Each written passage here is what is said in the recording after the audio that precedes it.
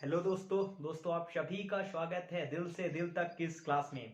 आज के इस वीडियो के अंदर हम दोस्तों डिस्कस करेंगे सीजीएल मेंस के दो ऐसे क्वेश्चंस के बारे में जो कि ऐसे सवाल है दोस्तों जो कि आपके वजूद को परखेंगे। और इस क्वेश्चंस के अंदर दोस्तों हमारे सामने कई प्रकार के लॉजिक बन सकते हैं।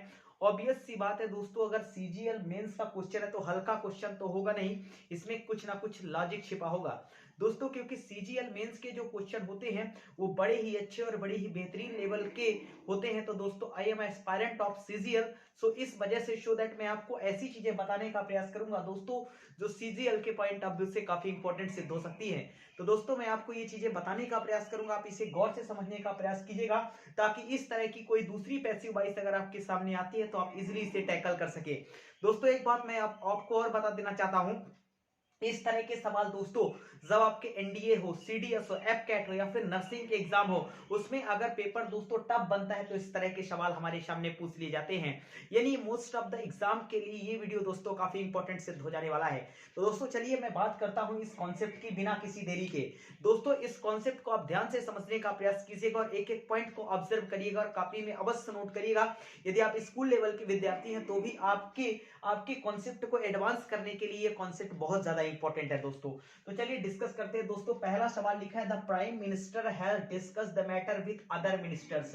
दोस्तों मैं आपको बता दूं सीजीएल मेंस के अंदर लगभग 200 मार्क्स इंग्लिश पूछी जाती है और इसमें 100 क्वेश्चंस आपको रखे जाते हैं। यानी एक क्वेश्चन दोस्तों जो पूछा जाता है वो 2 मार्क्स का पूछा जाता है, एक क्वेश्चन 2 मार्क्स का पूछा जाता है। और सीजीएल मेंस के अंदर दोस्तों जो इंग्लिश पूछी जाती है वो 200 मार्क्स की पूछी जाती है। इक्वली मैथ भी 200 मार्क्स की दोस्तों पूछी जाती है। तो इसमें बहुत अच्छे लेवल के ग्रामर के क्वेश्चन हमारे सामने बनते हैं। और यदि ये कहते हैं कि आप सीजीएल मेंस की इंग्लिश को कवर कर लेते हैं तो कोई भी ऐसा एग्जाम नहीं है, वनडे एग्जाम नहीं है जिसकी इंग्लिश को आप आसानी से टैकल ना कर पाए।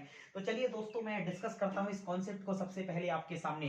तो एक बार मैं सवाल को पढ़ूंगा। The prime minister had discuss the matter with other minister. दोस्तों किसी भी पैसिव वॉइस को देखने के बाद आपको सबसे पहले अटैक करना होता है दोस्तों वर्ब पर।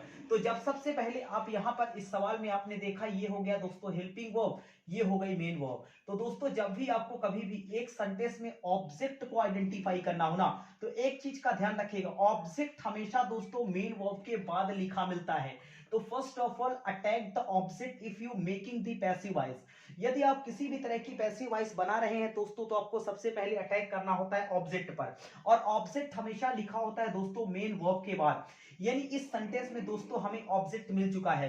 दोस्तों कभी भी प्रीपोजिशन के बाद या कंजंक्शन के बाद वाले ऑब्जेक्ट को आप नहीं लिखेंगे, आप उसी ऑब्जेक्ट को सेंटेंस का सब्जेक्ट बनाएंगे दोस्तों पैसिव बनाते समय, जो ऑब्जेक्ट आपको मेन वर्ब के बाद लिखा मिलेगा। इस बात को आप बहुत ही गहराई से दोस्तों, बहुत ही आसानी से और बहुत ही तरीके से समझते हुए इस चीज को ऑब्जर्व करिएगा कि ऑब्जेक्ट हमेशा मेन वर्ब के बाद लिखा मिलेगा। यानी इस सेंटेंस का ऑब्जेक्ट हमें मिल चुका है। तो इसका पैसिव बनाते समय दोस्तों हमने इस सेंटेंस का ऑब्जेक्ट लिखा दोस्तों द मैटर। तो इस सेंटेंस का ऑब्जेक्ट हमने लिख दिया दोस्तों द मैटर। तो ये और इसका ऑब्जेक्ट हमें मिल गया। पैसिव बनाते समय हम ऑब्जेक्ट को सब्जेक्ट बनाने का प्रयास करते हैं। तो इस सब्जेक्ट का, इस सेंटेंस का दोस्तों हमें क्या मिल गया, इस सेंटेंस का ऑब्जेक्ट हमें मिल चुका है द मैटर। अब दोस्तों द मैटर अनकाउंटेबल नाउन है और जब हम पैसिव बनाते हैं प्रेजेंट परफेक्ट की तो हम हैज और हैव को हैज बीन और हैव बीन में कन्वर्ट कर देते हैं अकॉर्डिंग टू सब्जेक्ट। तो द मैटर दोस्तों अनकाउंटेबल नाउन है, इस वजह से इसके साथ हमें हैज लगाना पड़ेगा और हैज के साथ बीन लगाना पड़ेगा। पैसिव की मिनिमम कंडीशन कहती है दोस्तों हमेशा आपको पैसिव बनाते समय मेन वर्ब की थर्ड फॉर्म का यूज करना है और किसी भी फॉर्म का यूज नहीं करना है।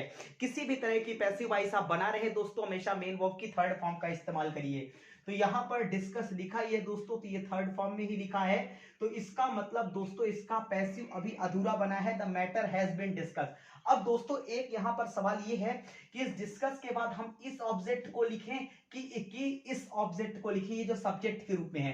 तो यहां पर एक बढ़िया सवाल है दोस्तों, यहां पर आप वाई लिखेंगे और दोस्तों आप हमेशा क्या करें, या कंजंक्शन वाला आर्टिकल है उसको आप लास्ट में लिखें। यानी ये वाला ऑब्जेक्ट मुझे लिखना पड़ेगा, ठीक है, पैसिव बनाते समय। तो ये हो गया दोस्तों बाय द प्राइम मिनिस्टर, ये हो गया दोस्तों बाय द प्राइम मिनिस्टर। और इसके साथ साथ दोस्तों बचे हुए सेंटेंस को हम लिख देंगे। बचा हुआ सेंटेंस हमारे सामने है दोस्तों with other ministers, with other ministers.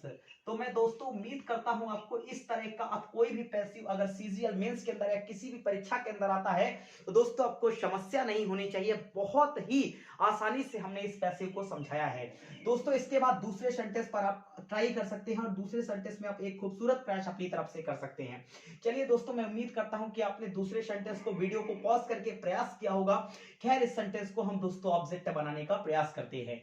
दोस्तों यहां पर लिखा है टुक, जो कि टेक की सेकंड फॉर्म है। और दोस्तों हमने अभी आपको कहा कि ऑब्जेक्ट हमेशा जो लिखा मिलता है वो मेन वर्ब के बाद लिखा मिलता है। ये सेंटेंस जो है दोस्तों वो पास्ट इंडेफिनिट का सेंटेंस है, तो ये हमें ऑब्जेक्ट मिल गया दोस्तों। क्या इसका पैसिव बनाते समय हमने दोस्तों ऑब्जेक्ट लिख दिया द चेक को, ये इसका ऑब्जेक्ट हो गया।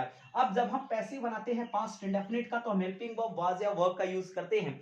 वाज या वर्ब का यूज करेंगे तो द चेक सिंगुलर सब्जेक्ट हो गया, तो इसके अकॉर्डिंग हमने लगाया वाज। और पैसिव की मिनिमम कंडीशन कहती क्या है दोस्तों? पैसिव की मिनिमम कंडीशन कहती है कि आप हमेशा हमेशा मेन वर्ब की कौन सी फॉर्म लगाए? Third form. टेकन। अब यहां पर दोस्तों आप वाई लिख सकते हैं। अब वही कंफ्यूजन यहां पर भी आ चुकी है। प्रीपोजिशन या कंजंक्शन के बाद वाला ऑब्जेक्ट आपको नहीं लिखना है, आपको ये वाला ऑब्जेक्ट लिखना है जो आप वाई के साथ लिखेंगे, पहला वाला ऑब्जेक्ट। तो आपने यहां पर दोस्तों लिख दिया द अकाउंटेंट। द अकाउंटेंट यहां पर आपने लिख दिया दोस्तों द अकाउंटेंट, ये बन गया। इसके बाद दोस्तों आपको क्या करना है? द अकाउंटेंट लिखने के बाद बाकी का सेंटेंस आपको एज इट इज लिख देना है। तो ये देखिए दोस्तों कितने आसानी के साथ हमने इन सीजीएल मेंस के दो क्वेश्चनों को बड़े ही आसानी के साथ हमने हल किया है और इसका पैसिव वाइज हमने बेहद आसान तरीके से बनाया है।